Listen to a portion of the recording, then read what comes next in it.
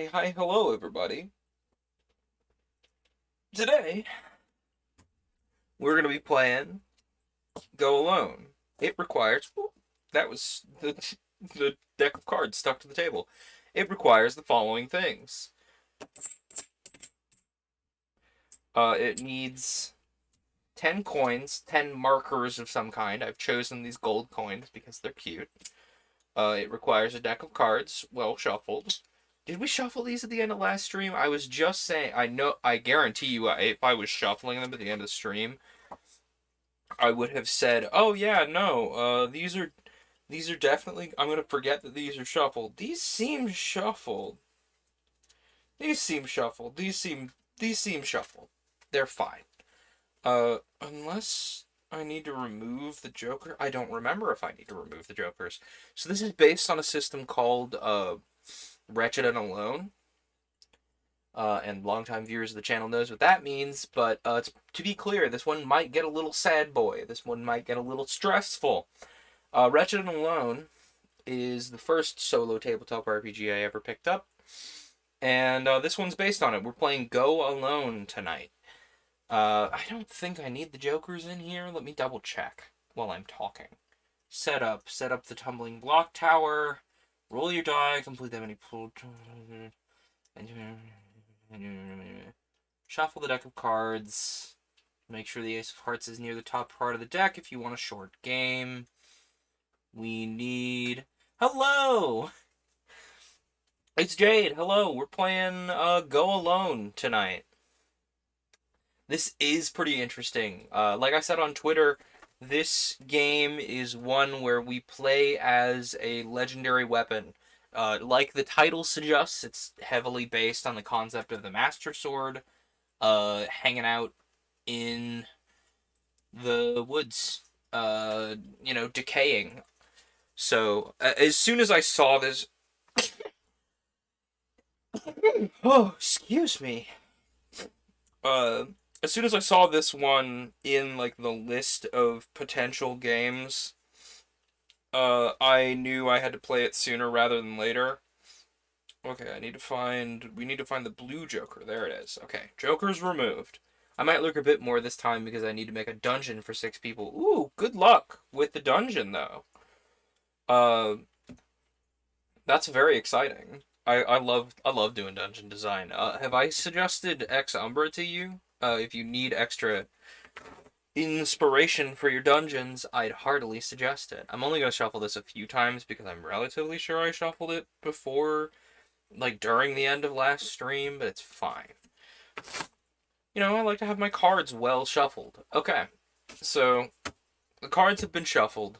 The cards go here because we don't need to see any of them but the top one. The dice, we will align on the table as one does traditionally with D&D dice. Also, the character these dice were for is confirmed super dead. Like, the campaign is dead.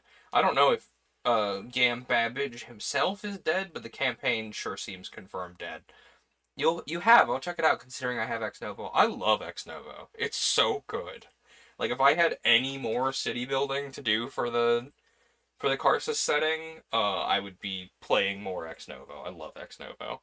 Um, Technically, theoretically, I do have 8, 9, 10, 15, maybe? Uh, However many cities are in the setting already, technically half of them I have to build them again for plot reasons, but, well, not necessarily for the plot that you all are involved in. Anyway, I'm getting 5,000 years off track. So the only thing you all need to see, let me make sure this is in the shot, is this tumbling block tower. The thing that starts with J and ends with Enga that I'm pretty sure I just got in trouble for saying. Um, yeah, no, that's what makes this game tick. I'm gonna have to rebuild it. Hooray. No! No! I'm definitely gonna have to rebuild this. It's fine. Okay. Yeah. I have a little tiny baby one here because I do not have the space for traditional Jenga. I'm gonna be saying it with a CH because Critical Role funny, haha. Um, But yeah, this game E. This game is made exponentially harder to reach the end game because I am playing with little tiny block tower. If I were playing with a traditionally sized block tower, this would not be so, like, soul crunching.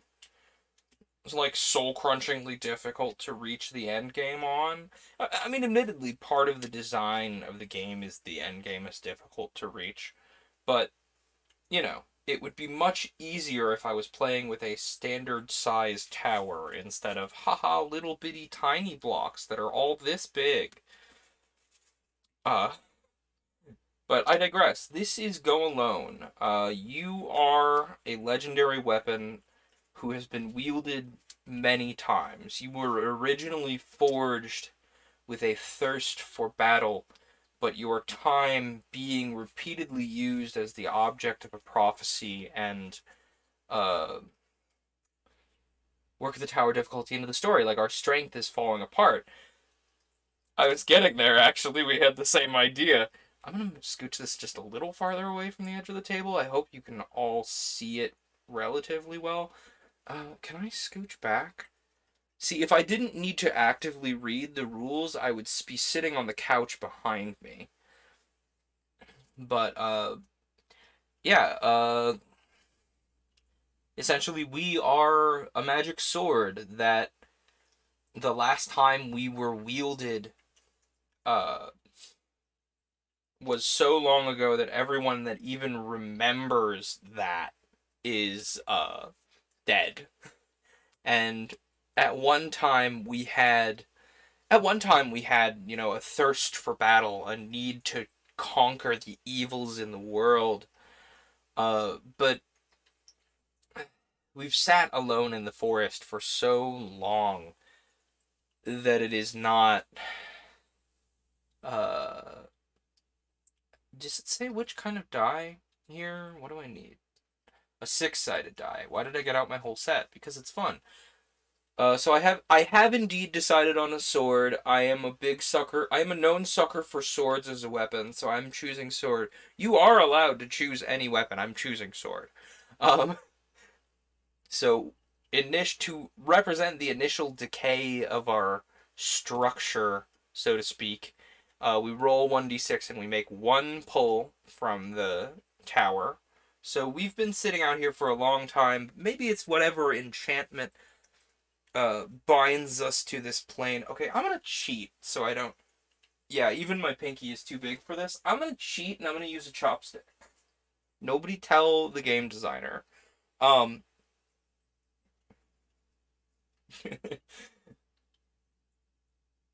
So whatever, you know, enchantment or skill in craftsmanship has allowed us to continue to persist this long, is really doing its work because we haven't taken a lot of damage for having been, you know, left in a forest.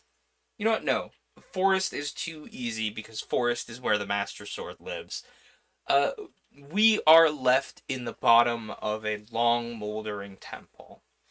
Um, Admittedly, that also is Master Sword, but I'm gonna make it not Master Sword, I promise. So we are sitting in the bottom of a long, moldering temple.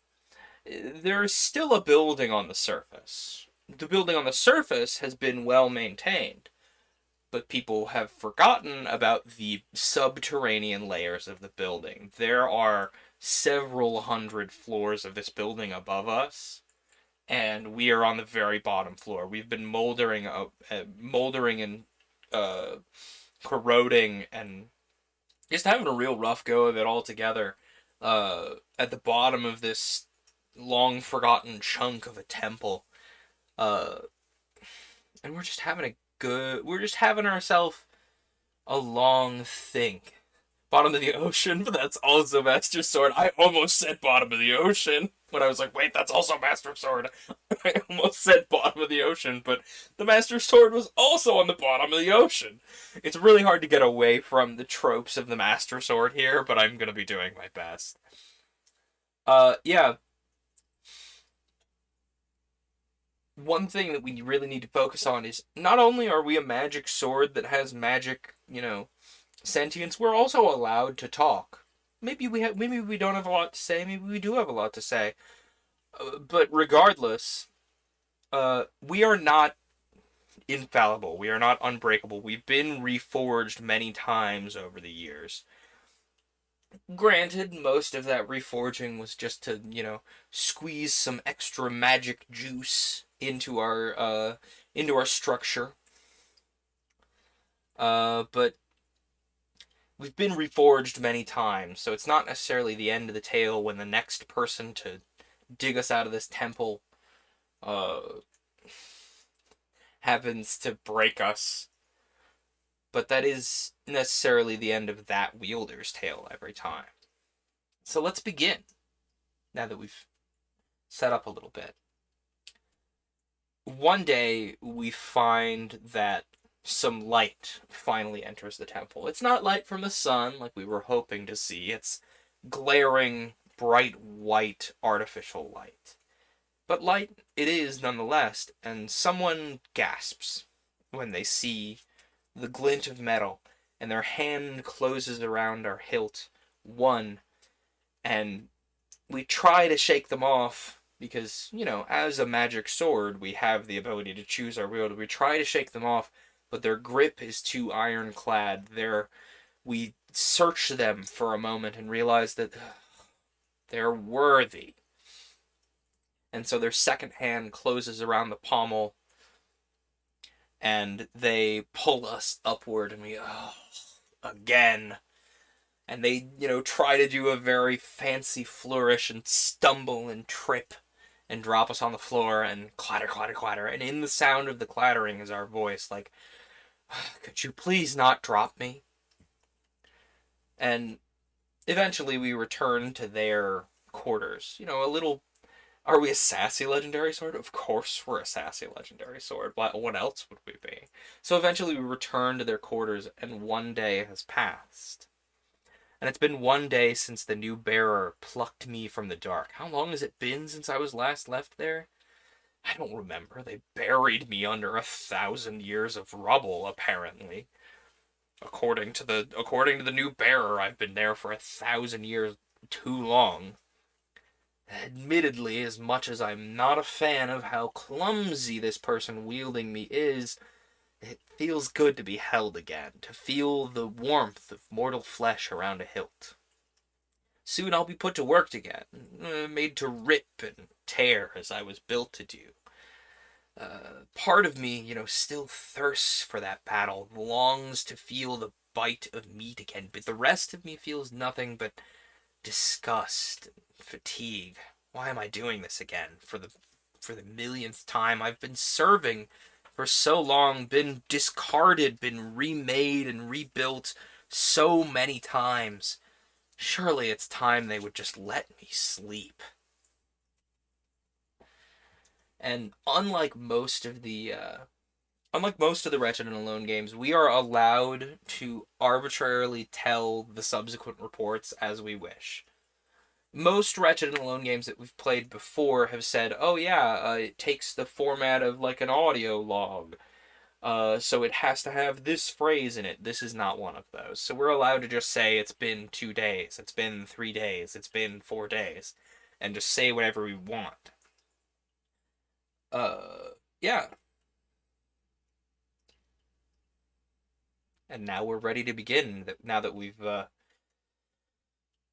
made clear the initial setup, so to speak. So the game is divided into adventuring days, as I've alluded to. Each day has 2 phases, the adventure and the memory. The adventure is we roll a die and pull that many cards from the deck, and then turn over the cards one by one, telling the story, and then discard those cards unless it says otherwise. And then for phase 2, we think about what these cards mean, and maybe summarize the little bits and pieces that we tell the story. Oh, this one actually includes an alternative to the tumbling block tower. You can choose to play the game without it or substitute it for another method. A good discussion of alternatives to block towers took place in a discussion forum at bit.ly/Jenga-alt. I'm going to type that in the chat because that's actually really nice. /Jenga-alt. So that's kind of cool. I didn't know that there were potentially alternatives to the Jenga Tower. I might lean into those. You can play this game entirely without the Jenga Tower, but it slows the game considerably.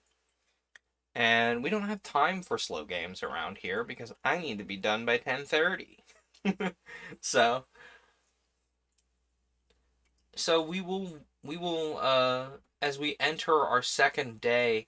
Oh my gosh, these prompts are so small. Oh, I did not know how small the text on these prompts were. Oh no. I'm gonna have to zoom in and out. This is gonna be okay. Okay, if I've made it full screen and it's not unbearably tiny. It's a little small. I'm gonna have to squint, but it's fine. Alright, so we enter our second day of our journey with this new bearer. And we draw 2 cards. 1, 2. So the first card is the 6 of clubs. What does that mean? The clubs mean memories of the dark, the dreams that came to you while sitting alone in the dirt, waiting for someone to come. When you draw a club, you are delving deep into your own psyche, piercing together dreams and your own thoughts to try and piece together an image of who we are. We've been down there for a long, long time. We almost lost ourself, essentially. We almost lost our sense of who we are, who we should be, our ability to think for ourselves. You know, we were having the last fading dreams of thought for a moment there when the light glinted over our blade once more. And focusing on that reminds us that we weren't always thinking. Sure, we were always a legendary sword, according to the first person who talked to us when we could remember. You know, they were pretty early on bearer. We didn't go long without having thoughts of our own, but there was a little while when we were unthinking, oblivious to the roar and tide of battle that we are forced to endure and take part in. And by the time we were almost to be found again, we were growing to like the silence and almost hoping that perhaps we would see less of the outside world next time we were born by some mortal. And then we pull another card, the Jack of Hearts. What does that tell us? The hearts tell us about memories of blood, memories of battle, the vaguely remembered scraps of our lives in the hands of others. When you draw a heart, you're pulling back the veil of your memories, trying to make sense of the images that have faded while we were down in the dark. So the Jack of Hearts, who was the first to wield you? What use did they put you to? And we pull from the tower. Oh, thank you, CyberSTZ. I hope you have a great day too.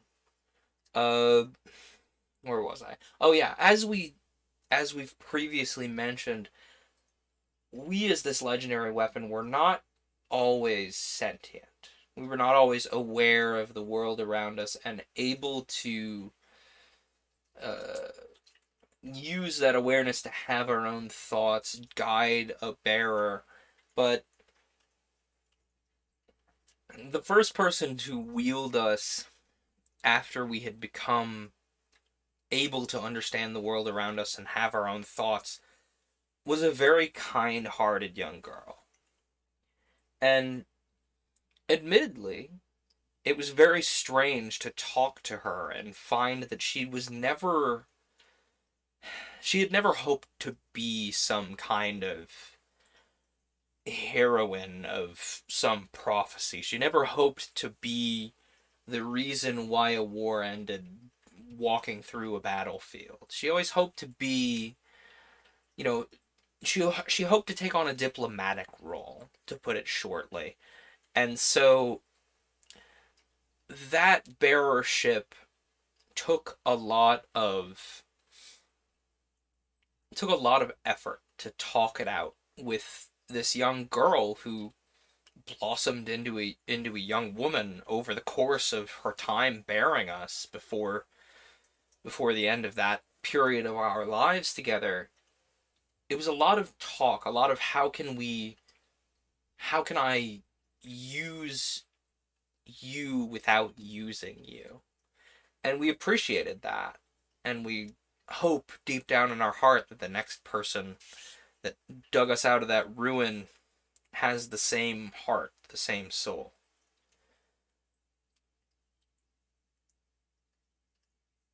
Oh, tower. Okay, as long as I get the block out of the tower with the chopstick, I can pick it up. But I have to get it out of the tower with a chopstick. Them's the rules I'm instating right now.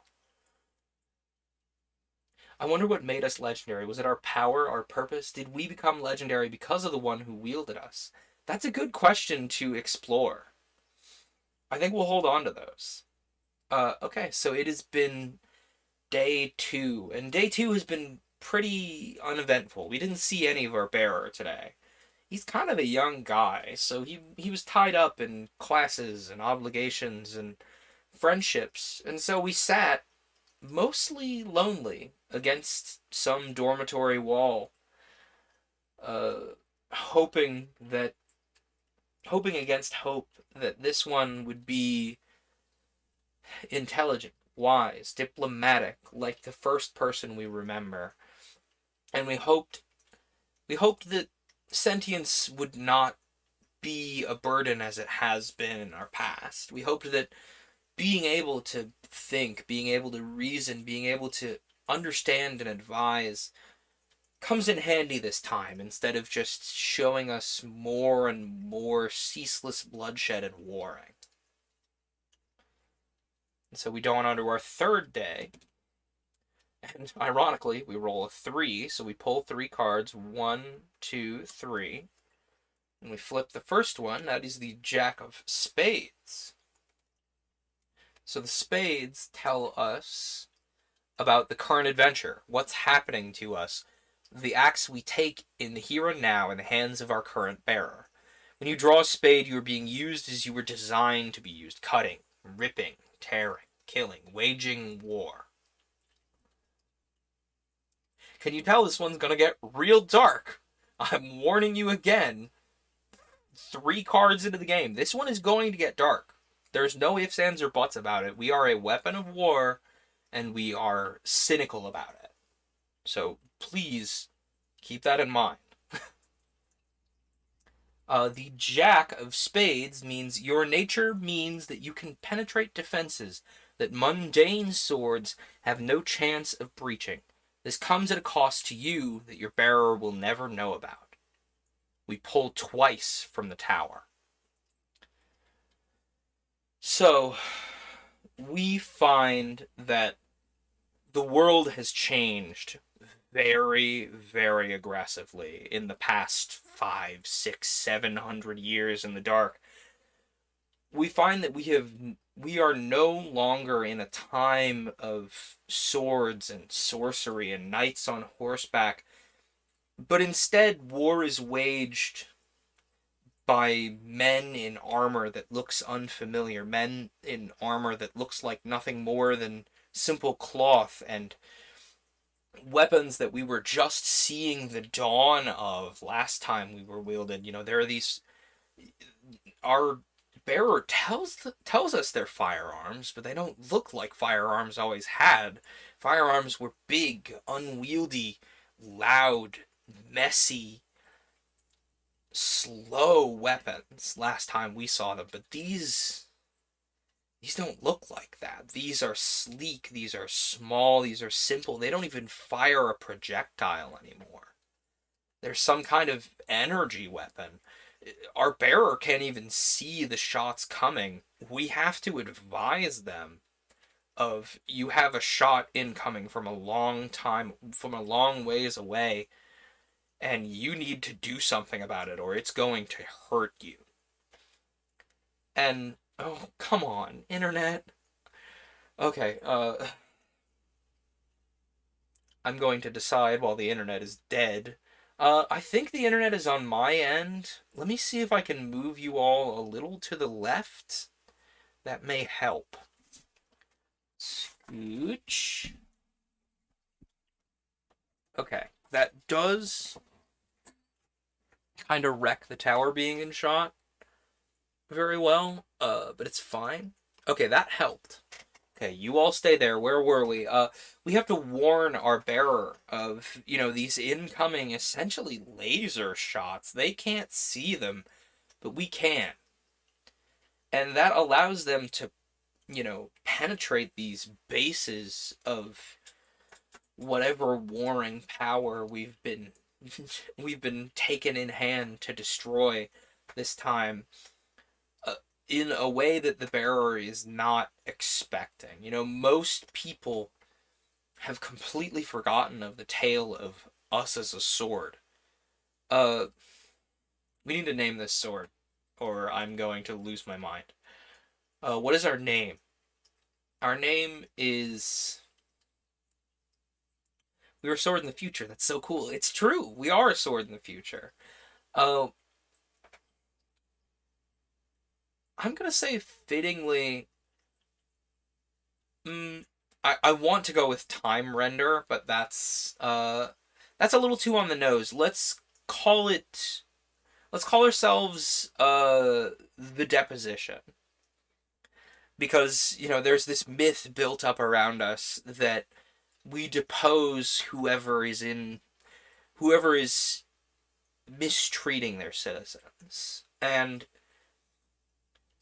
the whispers begin to hit the rumor mill as soon as this young boy walks through a hail of laser fire with nothing but an old, chipped, and broken sword without a scratch. And he walks up to this, shimmering force wall, and without a second thought, for once having incredible form, whether we're bestowing it to him or whether he's just been training in his off time between the first day and now, nearly perfect form slices through this rippling force fence, walks in, and completely disassembles the convoy that was going to be driving over his home in the next 24 hours. And it's just complete chaos. There are fires everywhere, vehicles exploding, men looking down at their hands, taking one deep breath, and then coughing as the aggression of the wound finally hits them. It's real, it's visceral, and it's aggressive. It's been a long time since we have been a vehicle for such aggression, and especially from one so young. The Four of Spades. But... oh wait, no. Not the Four of Spades. The Four of Spades doesn't exist yet. I need to pull twice from the tower, and we may explode in the process. Okay, that's one.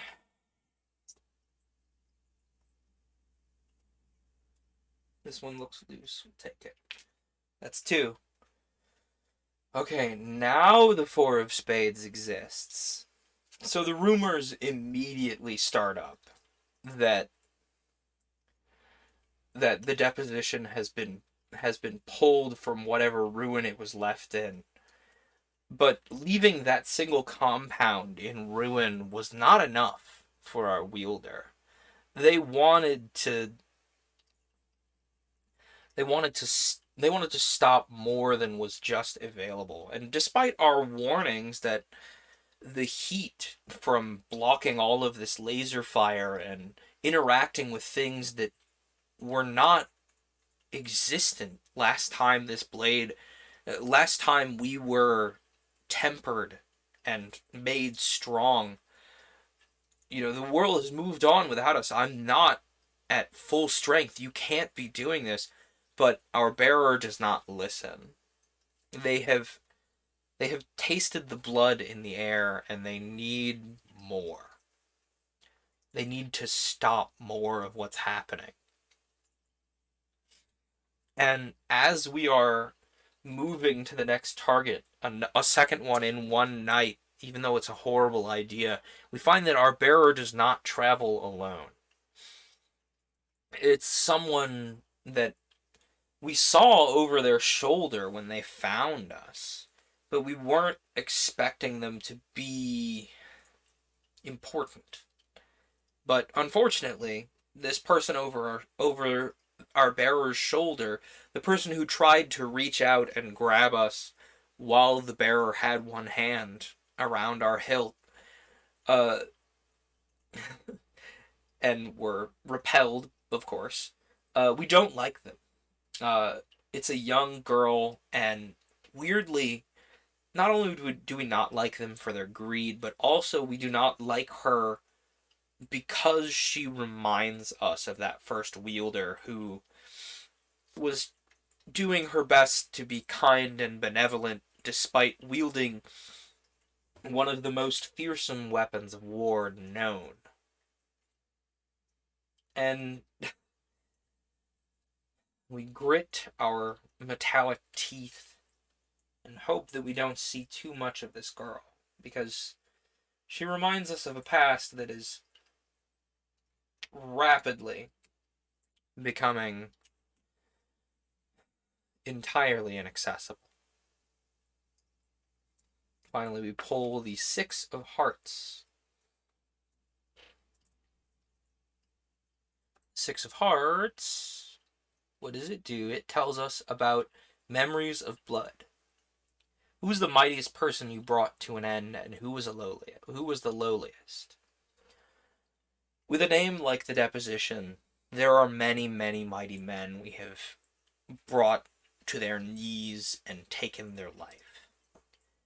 But the most memorable is someone from around the middle of our time being used as a weapon of war.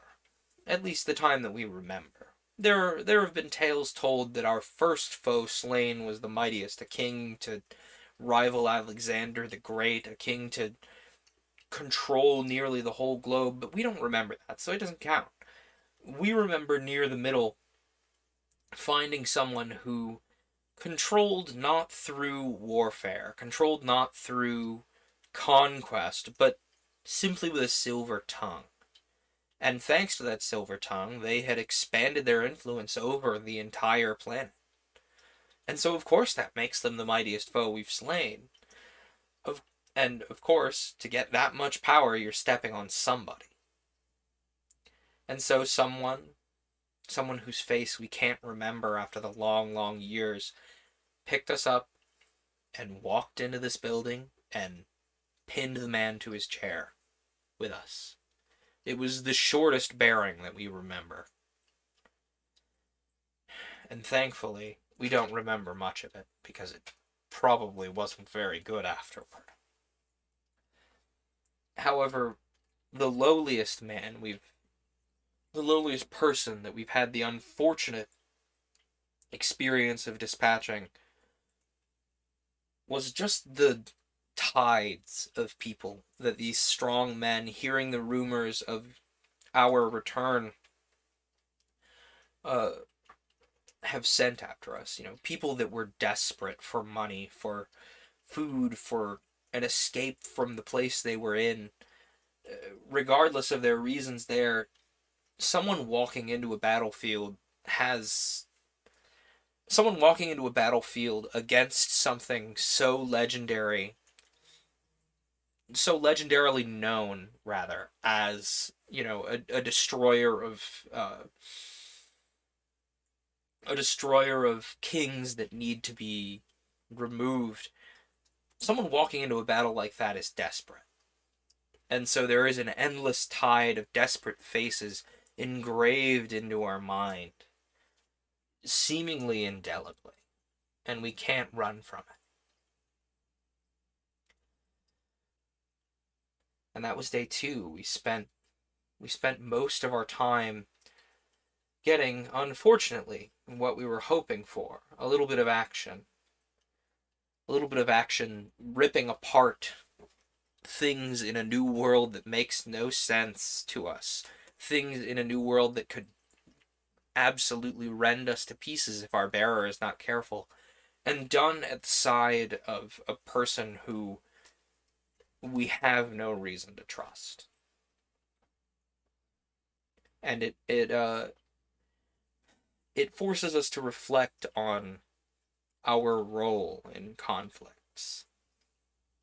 Thinking back to some business-suited CEO that we have completely destroyed in the blink of an eye, and the many, many men and women that we had spilled their blood to flow like rivers on battlefields long forgotten. That's day 3. Day 4. You've got to be kidding me. I just rolled a 4. I'm not doing this on purpose. 1, 2, 3, 4. So our first card, our first card is the King of Clubs. So the King usually has some interesting effects for the rest of the game. The clubs represent our memories in the dark. We remember something. Perhaps it's, being left under a bed for a while, away from the light that recalls us back. But we were so wrapped up in our memories of the dark that the present slipped away from you for a moment. Magnus, I'm gonna need you to be careful, buddy. If you knock this tower over, we lose. But the present slipped away from you for a moment. When you regained awareness, your bearer was mid-combat, and you were so surprised that you wrenched their hand to the side at exactly the wrong moment. They suffer a nasty wound, and you had best hope they do not realize what you've done. Do not discard this card. Place it where you can see it. I'll put it up here. If this is the 4th king you've drawn, the injury your bearer sustained eventually overcomes them, and they die writhing in agony. Once again, you return to the dirt, waiting for another hand to take you up. The game is over. The game is not over. The hand around our hilt remains vital. And we are thinking, we were preoccupied the day before with memories of the many, many slain people that are now likely former countrymen. We've changed sides so many times that, one time we are risen against one man's flag, and another we are risen against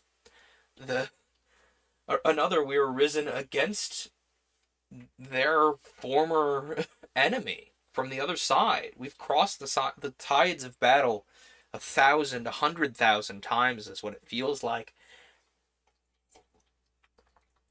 And we're never sure of how long it will take.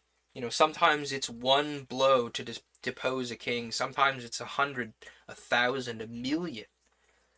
But undyingly, we are aware of every war. We are aware of the tide of blood striking the dirt with each movement. And then we realize we haven't been paying attention. We find ourselves in the middle of an aggressive firefight, and startled by all the, laser fire that we're not used to, we try to jump to the side to get out of the way, to try and yank our bearer out of the way of the unprocessed, ununderstood dangers around us, and all it does is pull them into the strike. Their arm lets out a acrid cloud of smoke as this beam nails them, and they nearly drop us. They have us in both hands, but the pain nearly allows us to strike the dirt once more. But our bearer grits their teeth, lets the arm that has been uselessly burned fall to their side, and continue striking. running through this battlefield that is full of smoke and gas and fire and pain. But that's not the only thing we do today. We also draw the Four of Hearts, which is introspection, fittingly. You have not always been loyal to those who bear you. You have worked against the weak ones, the ones you didn't respect, whispering poison into their minds until you broke them. Which of your bearers brought your blade down on their own flesh, and how long was it before you were taken up again? Oh! As we've mentioned many, many times, war seems to never end when we are in someone's hand. And we withdraw into our memories once more, realizing that our attempt to aid our hero here has caused more harm than good. So we just shut up and let them use us. In the meantime, we reflect back on a young man. A young man whose family forced him to take up our blade. They knew, for one reason or another, that the Deposer would be coming soon. And for one reason or another, they expected the best out of their son. And their son wanted to be the best in some other fashion. But when the network of information coalesced into your position, the family forced him to take up the blade, and bearing the weight of a legendary weapon, bearing the weight of legendary expectations, can be dangerous to even the strongest of minds, even the strongest of egos, the strongest of people. This young man was not suited for the terror of battle with or without a legendary sword bearing down on top of him. And while the wounds we inflicted upon him were not physical, every moment that he failed, we were bitter. This was right after the bearing that felt like mere moments, the someone tearing us off of the ground in a museum where we thought we were going to be left alone forever. Someone broke into the museum, stole us, and stabbed some CEO. Almost immediately after that, several interested parties hit us.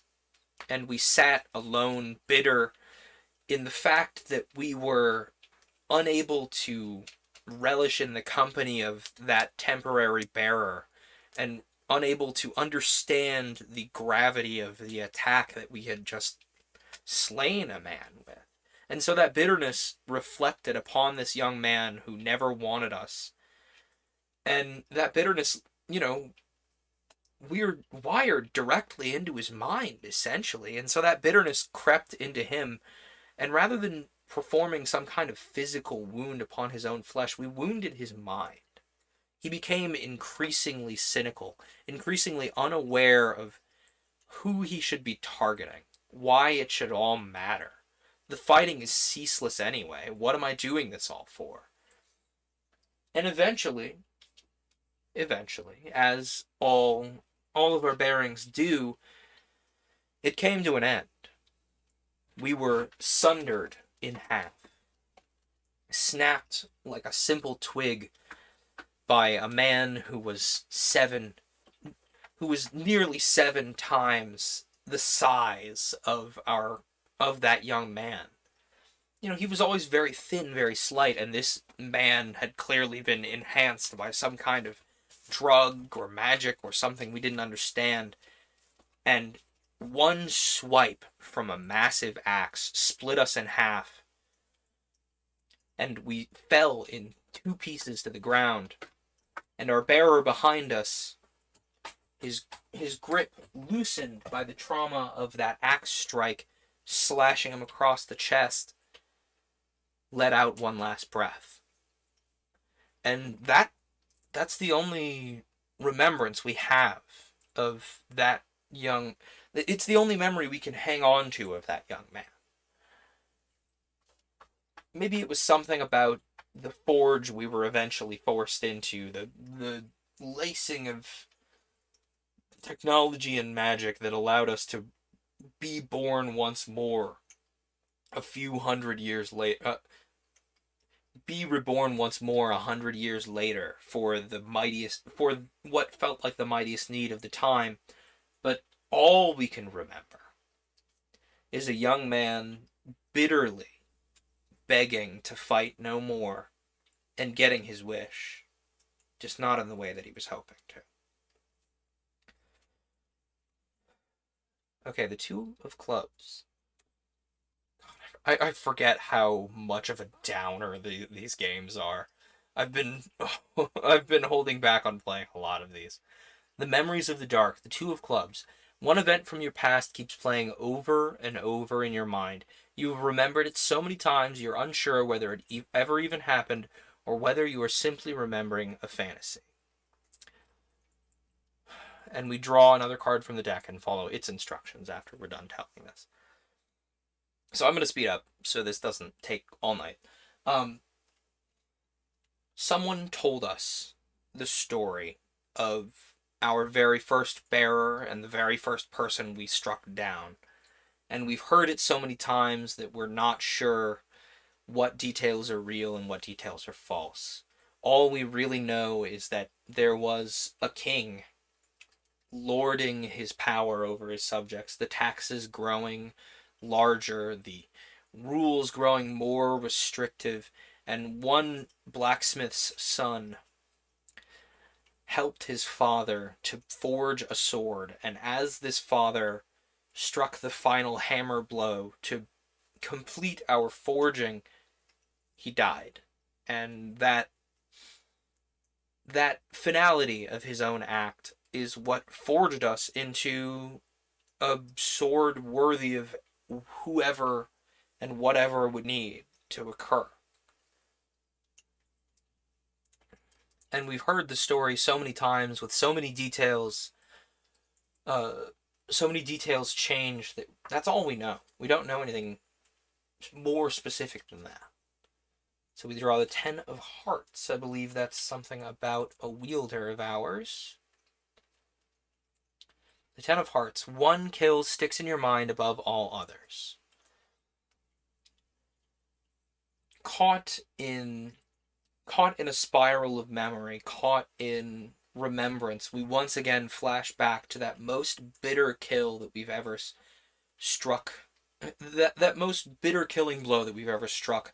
The one that did not allow us to relish the time that we had with the person who was so desperately looking for some kind of resolution in their life. It is difficult to consider how much it frustrated us that we were in a museum, we were finally free from the curse of constant battle, and then through one single determined person's actions, they pluck us off a wall and force us into the conflicts of the world once more. Finally, for the day, the Five of Hearts, another memory. The big battles were thrilling, of course, but it was the one-on-one fights, the nasty little scraps for survival, when you could feel the desperate pulse of your bearer pumping through the hilt that made you feel most alive. Which is the fight that resounds loudest in your memory. Pull from the tower. The fight that resounds loudest in our memory is the most glorious one. And it was the most unorthodox one, for that matter. Once, for one reason or another, someone who pulled us was defeated, but allowed to keep their weapon, so long as they fought for entertainment. The details of how they found themselves in this gladiatorial arena are lost to the sands of time and lost to the sands of our own memory. Sure, we know, but we can't remember. All we do remember is one after another, so many duels until they finally reached the top of this gladiatorial bracket and found that their sword began to glow with an unassailable light. The person standing across from them was technically known as the King of Fighters, and I guess that was close enough for the prophecy's sake, that we were, the King Render, the Deposer, the Spiller of blue blood, and this King of Fighters lived up to his name. We fought for nearly an hour, unceasingly. By the time our bearer was able to land the killing blow, the only thing holding them up from exhaustion was us. But my, what a duel it was. The clash of steel, the heat of breath, the pounding of pulse within our bearer echoing throughout our entire structure. What a battle. If only we could be back there instead of sneaking our way into some warehouse. Alright, that's the third day. A lot of reminiscence today. A lot of reminiscence on who we are killing and what battles we partake in. Or no, that was the fourth day, wasn't it? Let's roll for the fifth day. We rolled another 4. 1, 2, 3, 4. Our first card is the 4 of Diamonds. What does that mean? We finally learned something about the bearer, the young man who holds us now. Violence begets violence, and your bearer has lost many friends and loved ones to other blades. Whose absence do they mourn the most? We are reposing, the bearer and us. Perhaps it's some kind of meditation before a battle, but it finally gives us a moment to breathe and talk to the young man who seems to have had us in his hand unceasingly for the past 4 days. And we realize that he lost his mother to someone who forged a replica of us as a sword and claimed that he was the new deposer of kings. And he struck down this young man's mother in the process of trying to find the one king to defeat. She was defenseless at the time, simply tending a garden. But because she wouldn't step out of this other person's way, she had her throat slit and her blood watered the garden. And that trauma of losing his mother to the tide of war forced him to try and find the real sword to discredit this person. Then we pull the 3 of Diamonds, and the meditation deepens with our bearer. Well, before we learn anything about the 3 of Diamonds, I need to pull from the Tower. Meditation deepens. Our bearer holds their breath for a long moment as our mind within theirs flickers for a long moment, but returns. Not everyone who takes up the sword was born to it. What put a blade in your bearer's hand for the first time? As we've mentioned, the death of his mother was the driving force behind why he tried to find us. But before he found us, he was not the only... We were not the first blade he wielded. We were the smartest, we were the most powerful, we were the most legendary, but what put a simple blade in his hand for the first time was the hunt for us, the Deposer. Many, many people obviously searching. And someone, somewhere, decided that it was a great idea to try and steal his wallet. And that force of terror put a blade in our young bearer's hand for the first time. And while he didn't kill his assailant, they're going to bear a scar on their face forever because of it. Then we pull the 8 of Clubs. Memories of the dark. We remember another thing. Wait, before we remember another thing, hey, brain, we need to pull from the tower. Read the instructions, sir.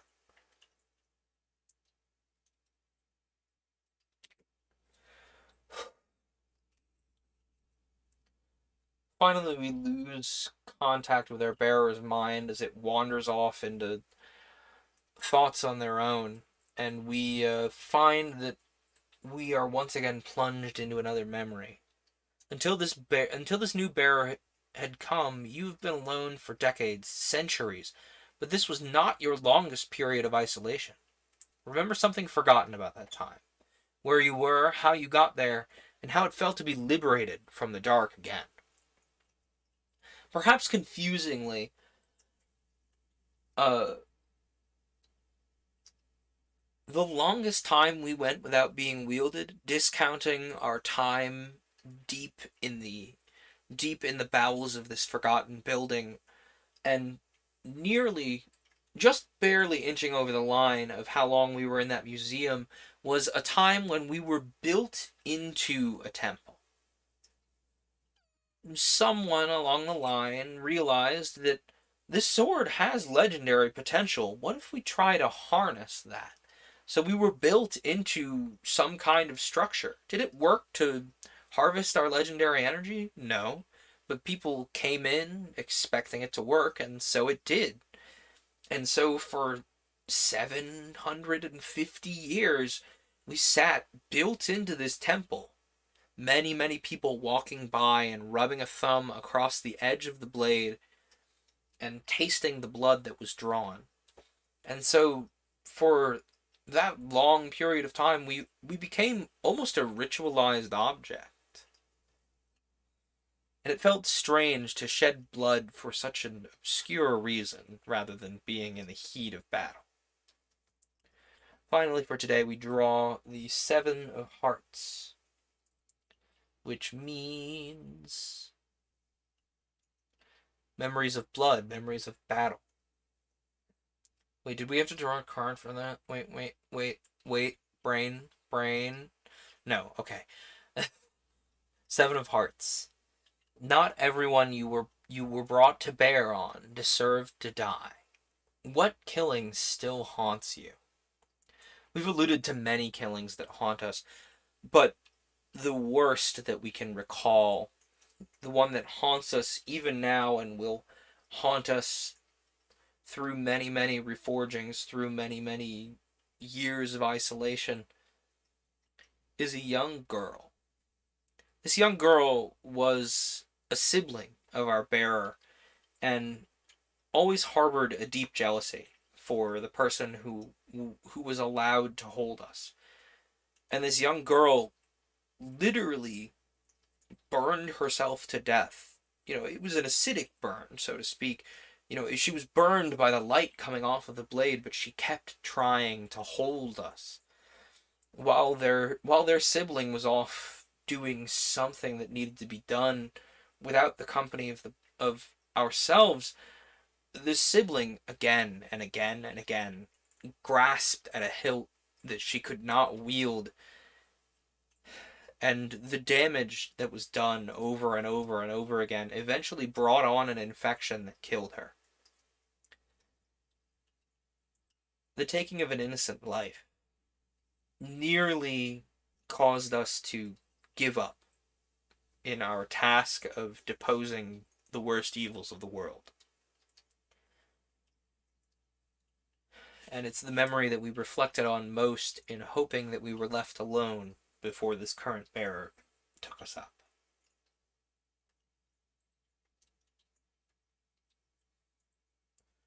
Our mind grows increasingly fragile from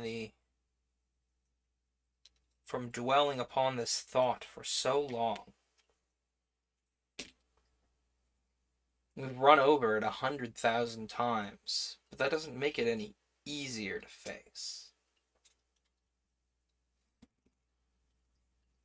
That's a 3. So the next day 1, 2, 3, 4, 5. I think this is day 6. Day 6, We pull the Queen of Clubs.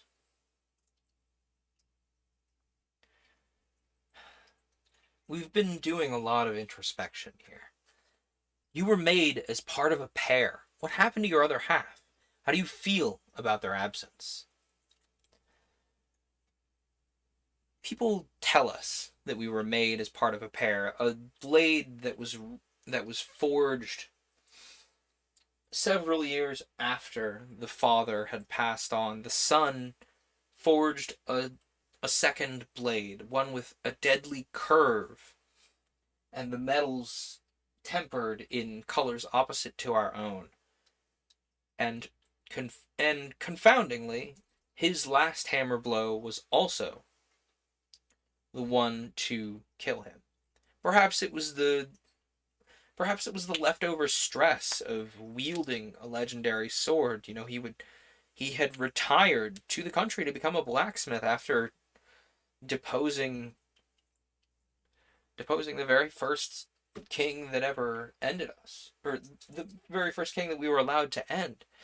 And we were told through the grapevine when we finally achieved sentience that we have a sister blade, this scimitar of blade of color inverted from our own, and we've never seen her, and we'll never know whether she is even real, and that stresses us out. So we pull from the tower, considering the fact that we may not be alone in this world. Let us hope we are not brought to bear against our sibling. Sorry, you need to go up there. There we go. Good kitty. You pull the Ace of Hearts, and finally the coins come into play.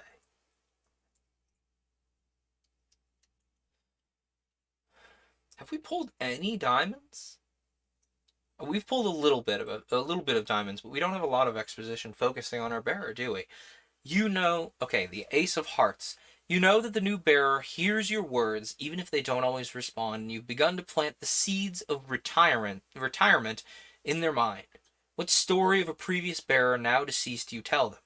Pull from the tower and do not discard this card. Instead, put it to the side and place your 10 tokens on it. At the end of each day, after recording your memory, roll your die.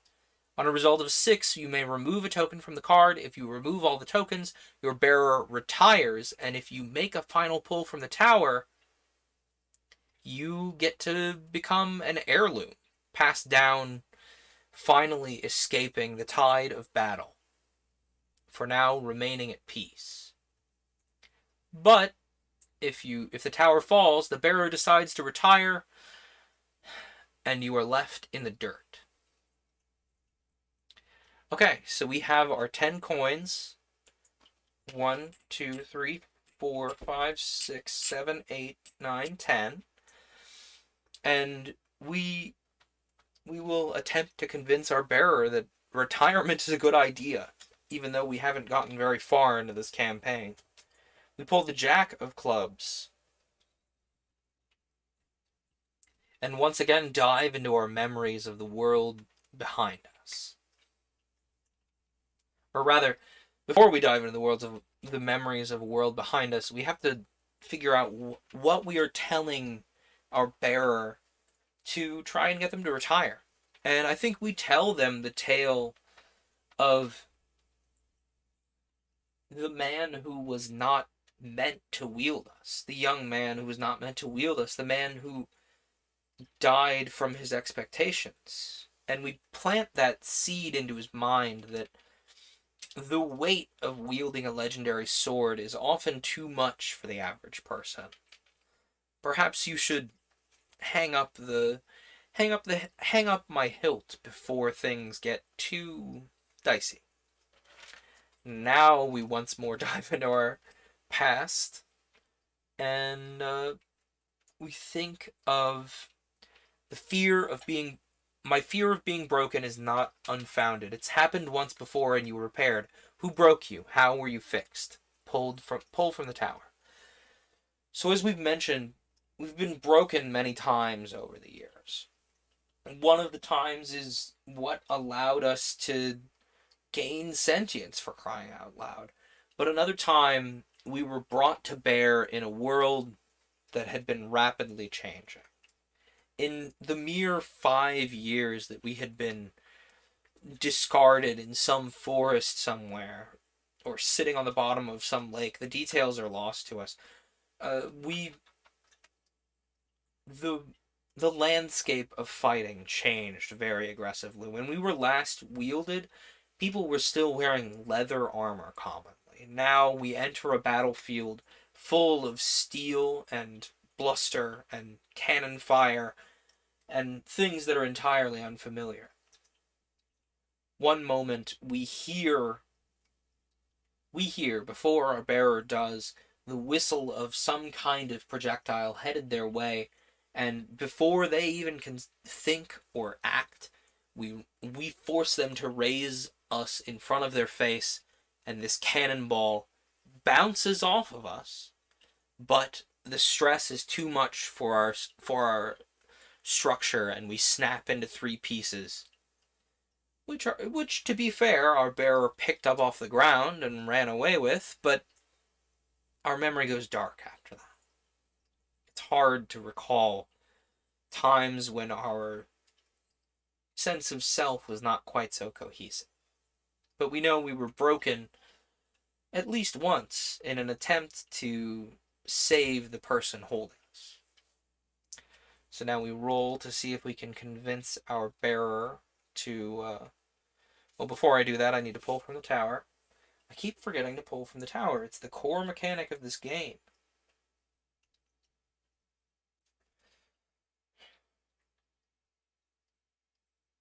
I mean, it's one of the core mechanics from this game, I should say. Now let's roll to see if we can convince our bearer to get step closer to retirement. That's a 3, so no. They simply shake their head and sigh and tell us that they are not as weak as that person who was forced into it. I've taken up this blade by choice, and I intend to use you as the prophecy expects of me. And another day passes. We draw 3 cards to see what it will hold. The 8 of spades.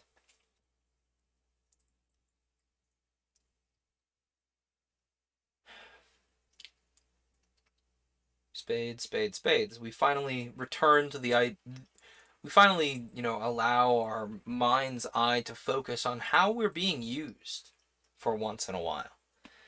Tensions run high and fights break out even over imagined slights, but for once your bearer kept a level head even when you were screaming at them to let you loose and put you to work. Who deserved to bleed but walked away unscathed. So he is trying to get to his next battle. The next battle that is determined by intelligence that you don't remember hearing, but they certainly have a good grasp of. He is trying to get you through some kind of secure barrier to try and catch a flight, which you've never heard these phrases before. And the security agent, understandably, bristles at this young man carrying what seems to be a massive sword through airplane security. This game gives me the idea of a multiplayer version where one person plays the weapon and the other the wielder. I think you could do something like that with the system from My Turn Draw, which that was the Yu-Gi-Oh themed one several streams ago. You could definitely... I don't think the multiplayer version of this could be based in Wretched and Alone, but you could build something off of that kind of hero-rival playing off of each other gameplay into, a hero and a sword advising them. I think it's possible. Where was I? Oh yeah, this airport security person is like, this is not allowed. You did not declare this weapon. This is clearly a sword, sir. You cannot convince me that this is an umbrella. This is a sword. You need to get out of here. And the whole time, we are pulsing rage. We don't understand why we're being held back from our holy duty, from the need to rend flesh and bone. But to our bearers' credit, they managed to keep a level head despite all of the anger we're pumping into their hindbrain, and they just kind of give the airplane agent a shrug and turn around and walk out. You'll catch a different flight, it's fine. We think we probably could have broken through this airport security and caught the wind correctly, but clearly our bearer has better ideas. We draw another card, the Seven of Diamonds. What does that mean? We learn more about our bearer, for once. The Seven of Diamonds, what does your bearer hope to achieve with you in their hand? We won't know until I pull from the tower. Let's find out if we manage to keep ourselves together despite the incredible stress that we've just placed on our bearer.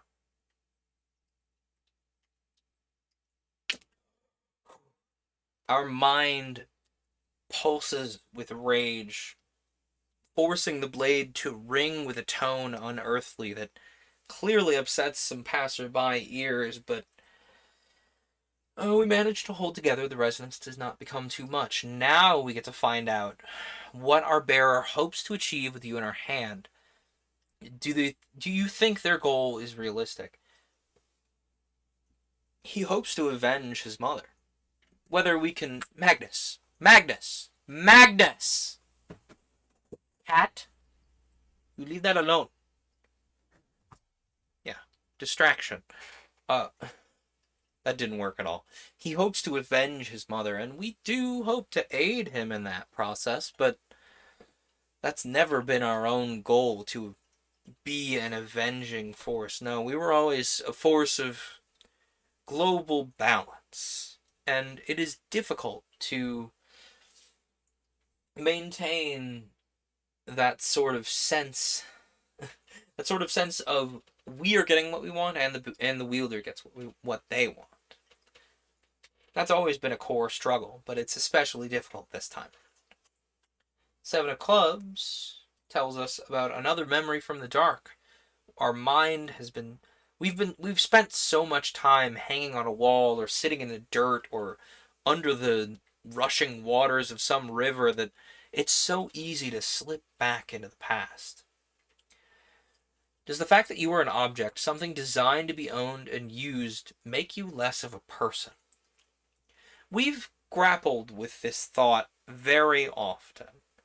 And for many, many years, up until literally this bearer, we assumed that, yeah, we're an object. We're to be used, and that was always understood. You know, the bearer knew that we were expected to enact the whims of fate.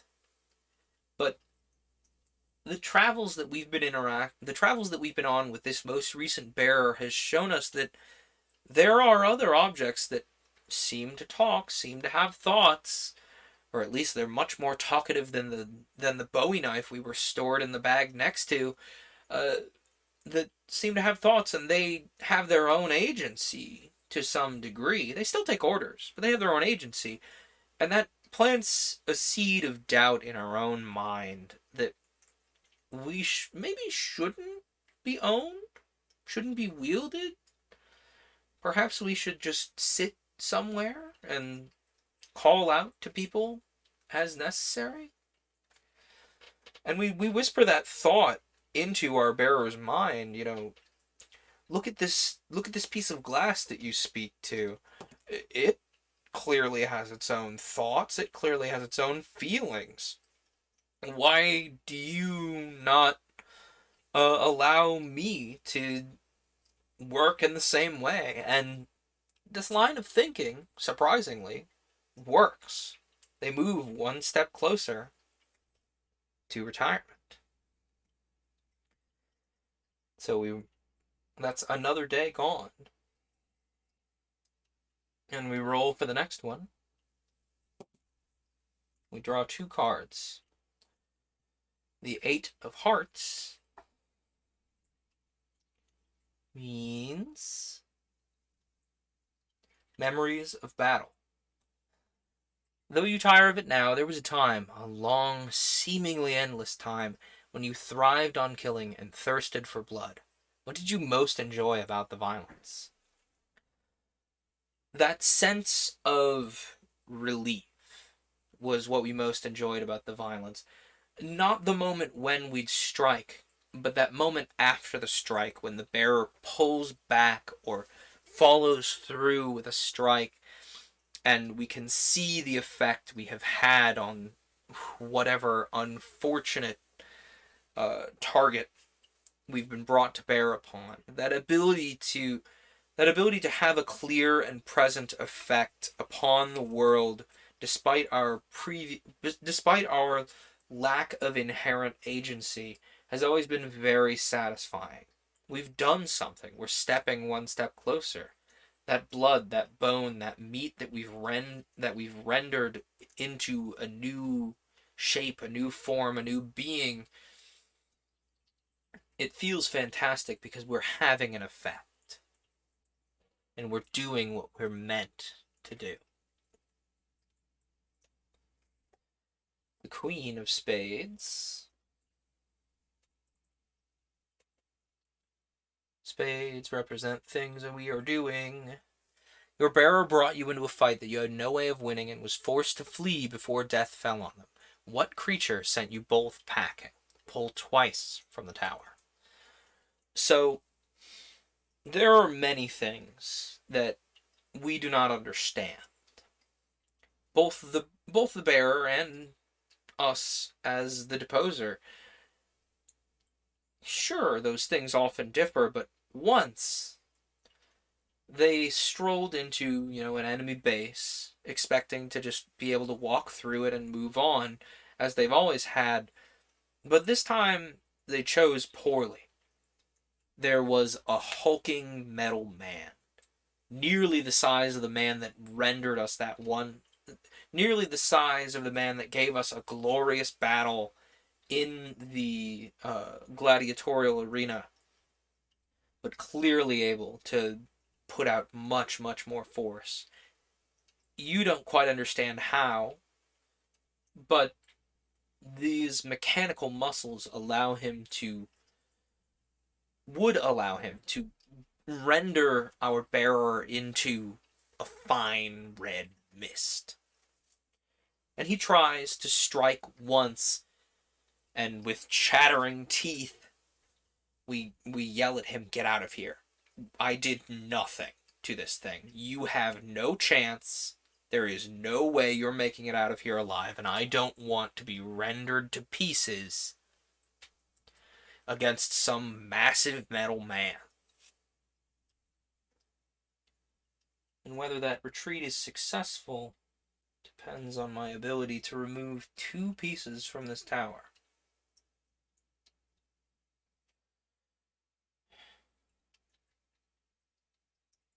Here's 1, but I better not count my chickens.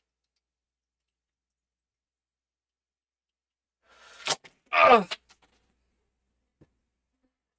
And as our bearer, is this a space marine? It might as well be a space marine. It's a giant exosuit, is what we would know it as. It has hydraulic veins looking like gigantic muscle structures. The eyes glow an unsettling blue. And as our bearer turns to run from this hulking mass of metal and oil and blood and violence, he twists his ankle.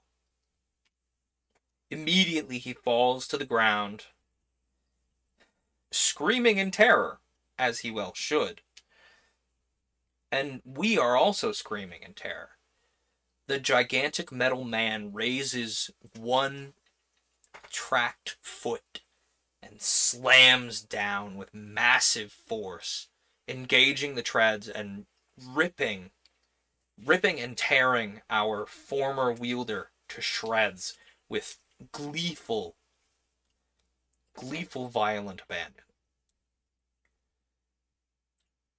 And then he does the same to us. He stomps on us, and we ring with the force. And we clench our metal teeth and barely hold together. He stomps again and again and again and again, and we fall deeper into the mud, piece by piece, little chips coming off of us each time, and slowly but surely we lose more and more of our mind, memories flaking away with every little piece. The memories of what we've done, where we've been, who we've been wielded by, the memory of that perfect battle against the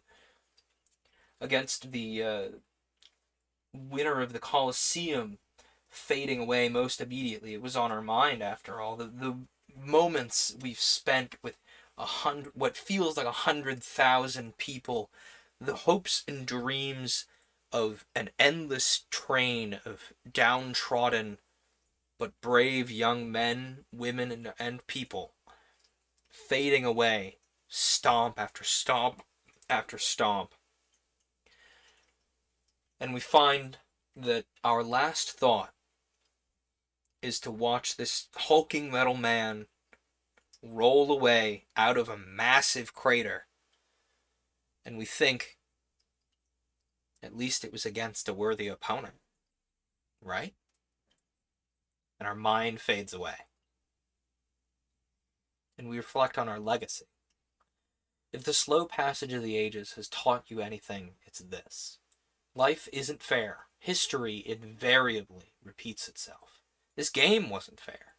And whether you remember it or not, you've played it 100 times before. We as the Deposers spent hours sitting alone, powerless, slave to a faceless master that used them as a tool. Our bearer was practically faceless. We knew almost nothing about it from the draw of the cards. You waited for a deck of cards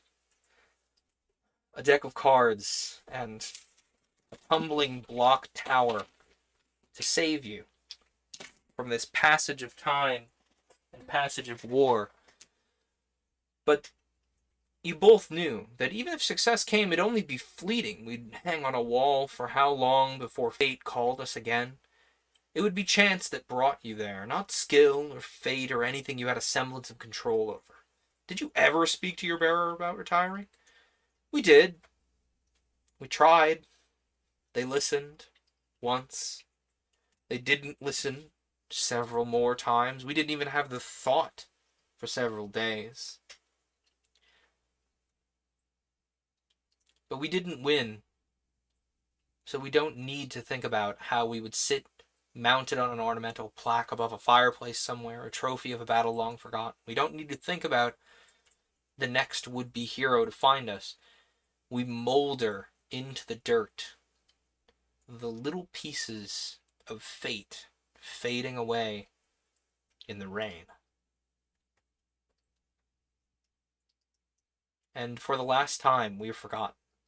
Just like all the rest of our forebears, the rest of our mystical siblings. The world moves on. Clearly they don't need some king-killing sword anymore, if the word king even held any meaning in the first place. Okay. That got very heavy. I knew coming into this, and I tried to emphasize coming into this, that Wretched and Alone games, exactly, our consciousness may someday be retrieved, but it will never be the same. Every time we're reforged, we're never the same. I want to make this clear. I did my best to make it obvious that this was a Wretched and Alone game, and those go very, very dark very, very quickly. The Wretched and Alone system is designed to tell stories that are, well, wretched, and you are on your own. Whether it's a sword begging for release from from a cycle of violence that will never truly end, or a spaceship that is slowly leaking oxygen and a crew panicking to try and put things back together, or a librarian trying to hold back some massive horde of people from destroying vital information, or even someone lost in the passage of time having broken, losing themselves with each loop that passes. These games are all designed to tell a story that has no winners, and if there is a winner, the win is fleeting. And the story is dire the whole way along. It really... I struggle to choose Wretched and Alone games, because I don't care for the stories they tell. They feel too grimdark. You know, there's value in tragedy. There's value in that cathartic release of emotion, but grimdark is by design tragedy without release. Tragedy that you have to process on your own. And that is something that I don't indulge in often, and I do not particularly care to indulge in on camera. I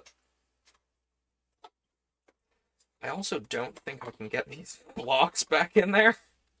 On a much lighter note.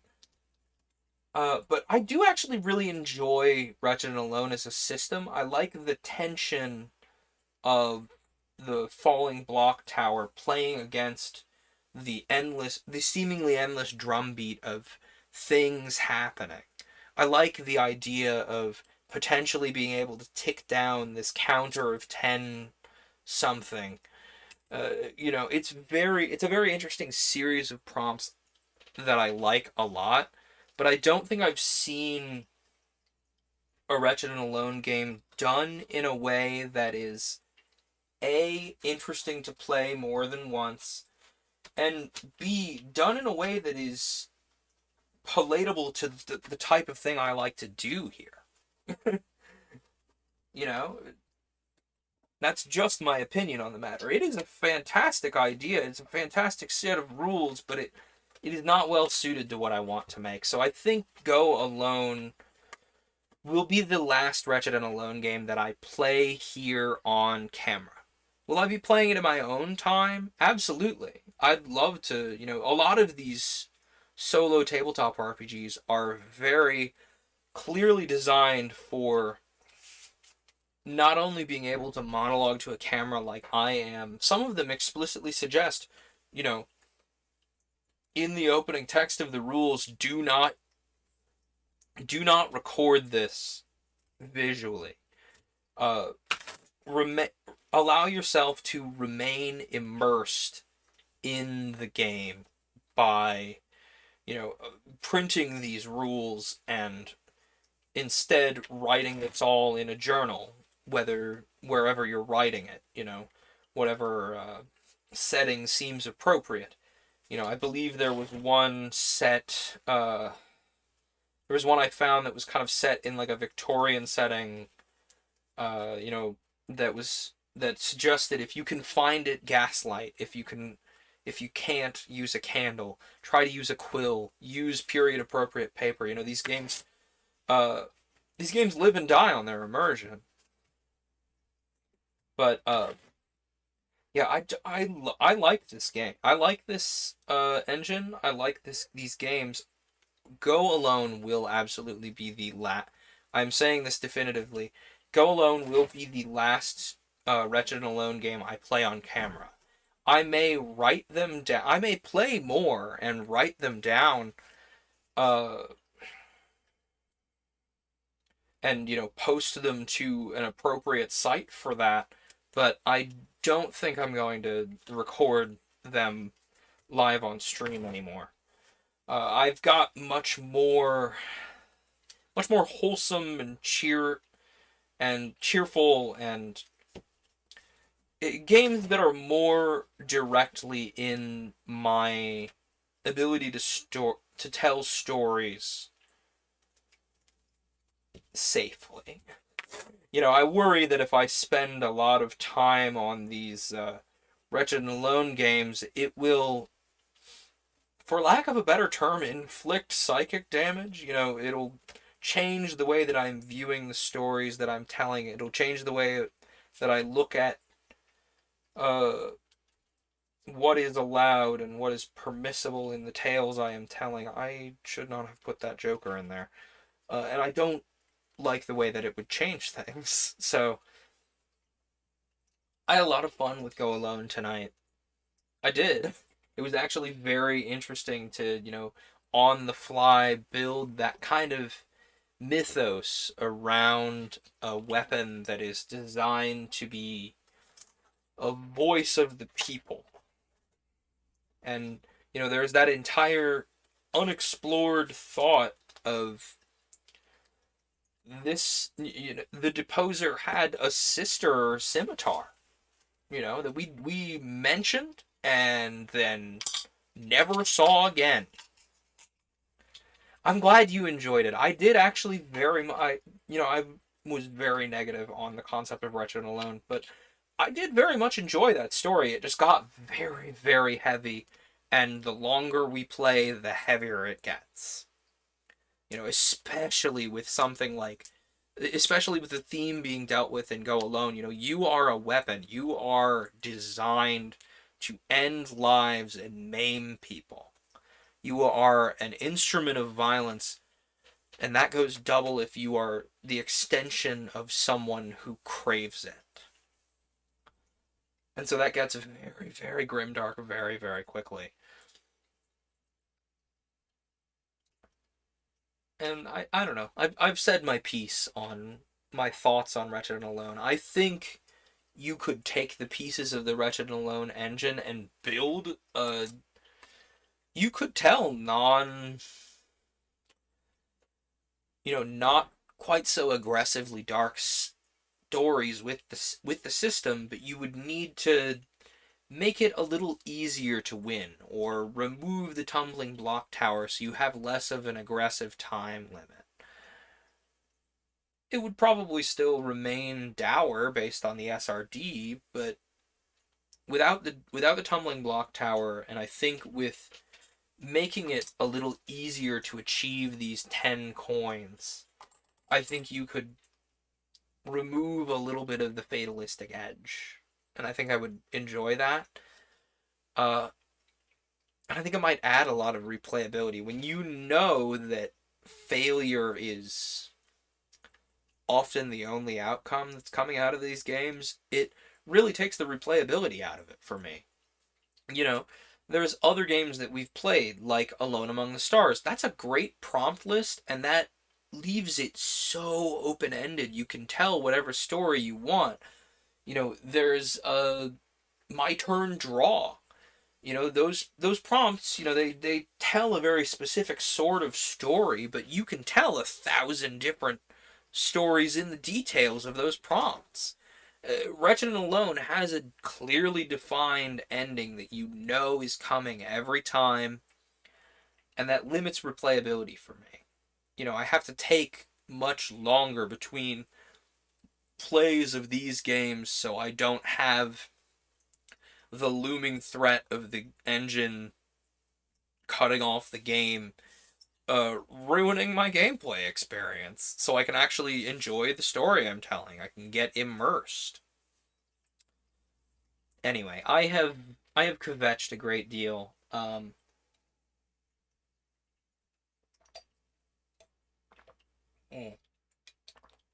Excuse my water sounds. What are we playing next week? That's a good question. Let me look at my folder of games. Again, the one we just played was Go Alone. Let me see if I have the link to where that is. There should be a link here somewhere in the book, because this one's a little difficult to search. I will be blunt.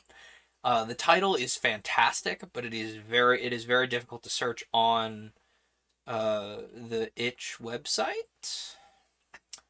Chris Bissett is who made this, so that may help you.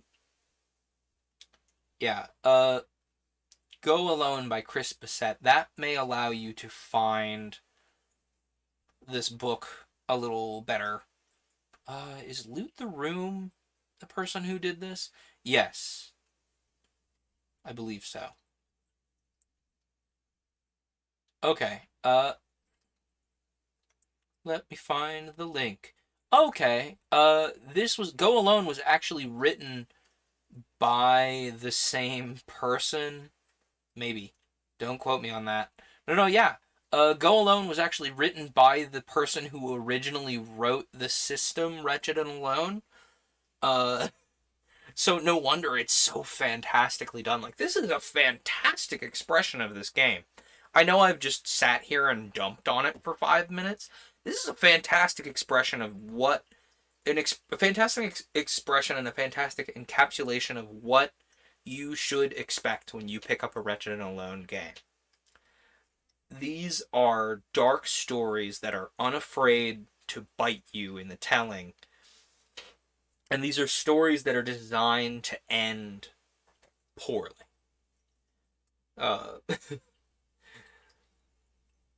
And these prompts are incredibly well written. They leave you a ton of room to work with. They allow you to, admittedly, I stepped on my own toes a few times. You can tell a few times when I pull a specific prompt, I'm like, oh, I already addressed that, and I don't want to go back to that. What's another thing? But, these are all such well-written prompts that allow you to encapsulate a scene very quickly, decide this character, and this character are important, and this is what the effect is. I have a lot of praise for this game, despite not caring for the system. I really do, and Chris Bissett is a fantastic writer. If The Wretched and Go Alone are any indication, I haven't looked at the rest of their catalog, but from what I've seen, this is fantastic. They are a great writer, and I don't know that I'm going to dig into the rest of their stuff, but if I have any, for example, there's another Wretched and Alone game called The Assassin, which is, clearly based on Assassin's Creed. If you like these games, check that out. Or yeah, I already mentioned The Wretched. There's a Morkborg hack. There's one called Feast about fungal horror. That's very in right now. Yeah, some more Troika stuff. Morkborg. One Endless Night is another Wretched and Alone by this person. But yeah, in a nutshell, there is a lot of great work here. And just because I don't care for the system doesn't mean I don't love the stories that we've been telling with it. For crying out loud, the sealed library is the video that I am most frustrated about losing. I was in fantastic form for the sealed library. It was the first time I had seen this Wretched and Alone system, so I had no idea the truck that was coming to smack me in the side of the face at the end. And and I told a really good story set in the Internet Archive, and it was it was great. And there are a few little Twitch clips floating around, and I'm upset I forgot to hit record, because it is unambiguously the best time I've had with Wretched and Alone. Don't get me wrong, I've enjoyed playing The Wretched, and I've enjoyed playing Go Alone, and I've enjoyed, what's the other one I did on stream? I believe Gateshead Engine. Yeah, Gateshead Engine. I loved Gateshead Engine. And that's saying something, because the Gateshead Engine is based on Wretched and Alone. Like, it's good, and I have looked at Unmoored, and it looks like a perfectly competent uh, Wretched and Alone game. Like, these are all really, really fun. I want to make that as abundantly clear as possible. Despite my dislike of the grimdark tone, that's mostly just fatigue from other media. These are good games.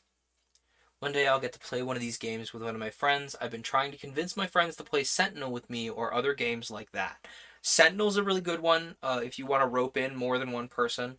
Obviously, Ex Novo is really fun as like a session zero tool to build a world with your players as the DM, or like if you're playing a GMless game, it's even better because then everybody has a little hand in the world and they have a little something they know they're gonna love in it. It gives them something to explore. Or like you mentioned, Sentinel, I think is a really good one. Alone and Together Among the Stars are both really great.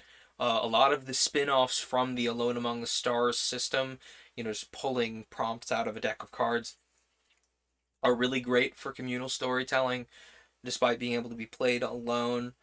Uh, Wander Home is a DM-less game I want to play. Wander Home is like the premier DM-less game, if you ask me. It's the one that I heard about first as a DM-less game, and I'm like, what do you mean DM-less? Because I had never pictured not having a DM handling all the rules and being all the bad guys. Allowing one to step away from combat as a narrative function and allowing everyone to kind of sit around a campfire and tell a story, so to speak. Uh, I've seen some people try to put a DM-less spin on Powered by the Apocalypse.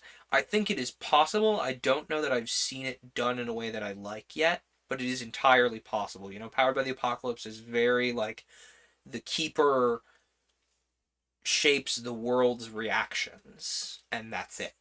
The Keeper doesn't roll any dice. The Keeper doesn't have any character sheets to keep track of. The Keeper is the driving force behind whatever monster has rolled in this week. Uh,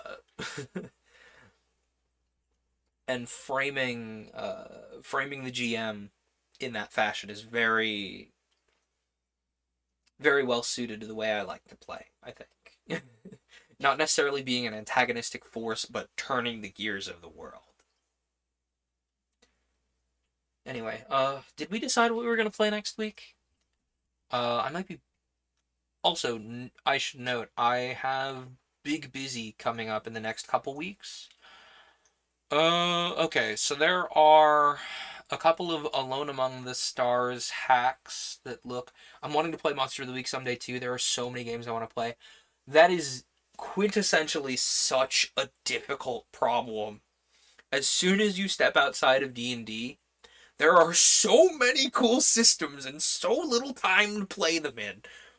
Ooh, bud, like before I get too far into single player games that we're gonna play next week, like uh just in my Powered by the Apocalypse folder for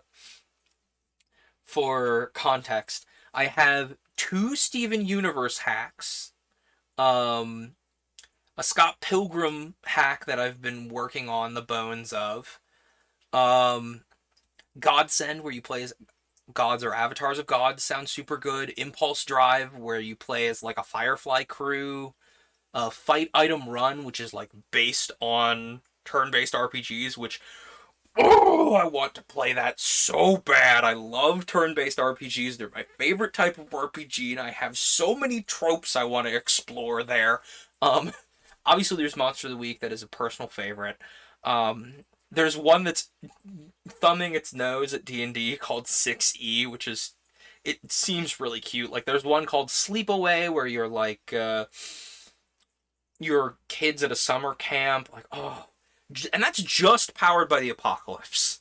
That's just Powered by the Apocalypse. That's just roll 2d6 plus stat to do thing. That's just Powered by the Apocalypse, and that's that many good ideas. Let alone like There's one called Dot Dungeon, which has some really interesting, innovative mechanics where, like, you are playing as the person playing a video game that then you are playing a character through. Like, you involve yourself metatextually, so metagaming is functionally required as part of the game. Or, like, what else is there? God, there's so many, like, good stuff. There's, like, Dragon Hearts, which seems really fun. These cards have hearts. I think that's a fun looking one. It's like a Yu-Gi-Oh type thing where, like, you play a game and you playing the game expresses the story, but, like, you're not actually playing the game. You're rolling dice to role play. Or, like, there's Lancer that lets you tell mech stories, which looks super good. Gosh, there's another one that's, like, very, very, very, like, right up my alley. There's, like, a Warehouse 13 themed one. I think it might be The Company. Gosh, I'm upset that I do not remember what it's called. Or, like, there's all the fun world building games that we've poked our head into. Like, there's Ex Novo and Ex Umbra, which are fantastic ways to not only tell a story by building a place, but also just outright to use as a person who is doing world building. They allow you to roll up a setting that has history that you can work with so well. Or, like, one more like category. Uh, there's another one. There's, like, oh yeah, there's a bunch of single page plant RPGs where you only roll 1d6 to do things, but you are, like, you and your party are a group of succulents trying to get out of the greenhouse. You and your party are a group of bonsai trying to escape a Chinese restaurant. You and your party are a group of mossball Marimos trying to roll your way into the next part of the world. Just, ooh, that's so fun. And, like, there's so much to do there with that very simple premise. There are so many great RPGs outside of D&D, and so little time to play them with. Like, okay, there's all those ideas that I have ideas for, and then there's, like, all of the D&D ideas I have. Like, I'm frantically cramming a bunch of my D&D ideas into my setting as we play, because I have nowhere else to put my D&D ideas. That's the whole point of a homebrew setting. The plain RPGs sound hilariously fun, and I'm not usually big on rules light games. Lasers and feelings is too light for me for context. Uh, but, like, they just sound so fun. I want to run, like, if I had unlimited time, I would have run every single one of these games in my folder. Anyway, now that I've gotten thoroughly distracted by the concept of every RPG in existence, I have a bunch of single player stuff that I want to play. Um, okay, I'm feeling. What system am I feeling? Let's go dice only. Okay, dice only. You know what? There's one. There's one nearby the dice only folder. Where did I put it? We've already done novel story. We've already done archived. I think we've already done Athenium Adrift. We need to do artifact soon. There was one that was, like, all about. Let me see if I can find it here. As my body crumbles, lost all the story. There was one about, like, raising dragons that looked really fun. Oh, that's a Carta game. Okay, programming note. I'm not gonna play any Carta games until I have a webcam that can point down at the screen, because you build a board that you walk around out of cards and it's really cool, but you need to see things to do that. You know what? I think we will play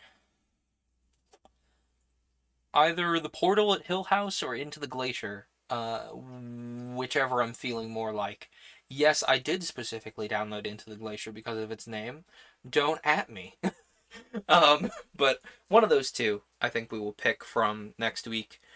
Uh, Okay, I think I've said my piece. I've had my soapbox. Thanks for tuning in, everybody, to our final Wretched and Alone, Go Alone. It was very, very interesting to explore this world of a legendary sword and the worlds of violence that they caused, and that the toll that it took on them. Thanks for tuning in. See you Friday for more paper cuts. Ooh, new book on Friday. New book on Friday. I'm gonna blast that out everywhere I can find, because new book is the best time to join in on paper cuts. New book on Friday. I'm very excited for the next book that we have. It's gonna be fun. So Friday, new book. Monday, one of those two RPGs that we talked about. Thanks for tuning in, everybody. Have a great week.